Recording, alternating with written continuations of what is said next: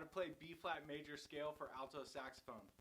Alright, we're going to start without the octave key, and we're going to play bis B flat, then we go to C, then we go to D with the octave key on the back, then E flat, F, G, A, bis B flat. Then we come back down. A, G, F, E flat, D, then we go to C and we let go of the octave key, and then we're back to bis B flat. That's the whole thing. Alright, let's try it together. I'll count to 4 and then we'll start. 1, 2, 3, 4.